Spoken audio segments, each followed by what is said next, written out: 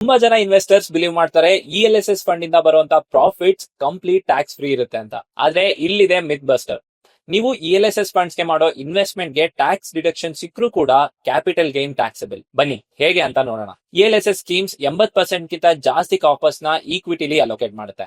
ಹಾಗಾಗಿ ಅದರ tax treatment equity investments ತರಾನೇ ಇರುತ್ತೆ.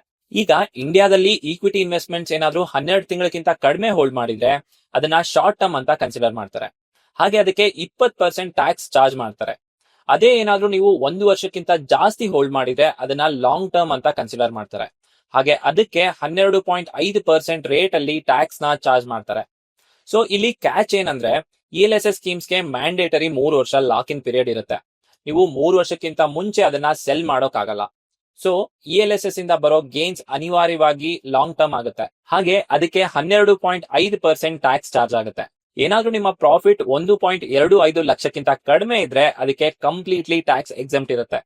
ನೀವು ಹೊಸ ವಿಷಯ ಕಲ್ತಿದ್ದೀರಾ ಅನ್ಸಿದ್ರೆ ಈ ವಿಡಿಯೋನ ಯಾರು ELSS ಫಂಡ್ ಅಲ್ಲಿ ಇನ್ವೆಸ್ಟ್ ಮಾಡ್ತಾರೋ ಅವರಿಗೆ ಶೇರ್ ಮಾಡಿ.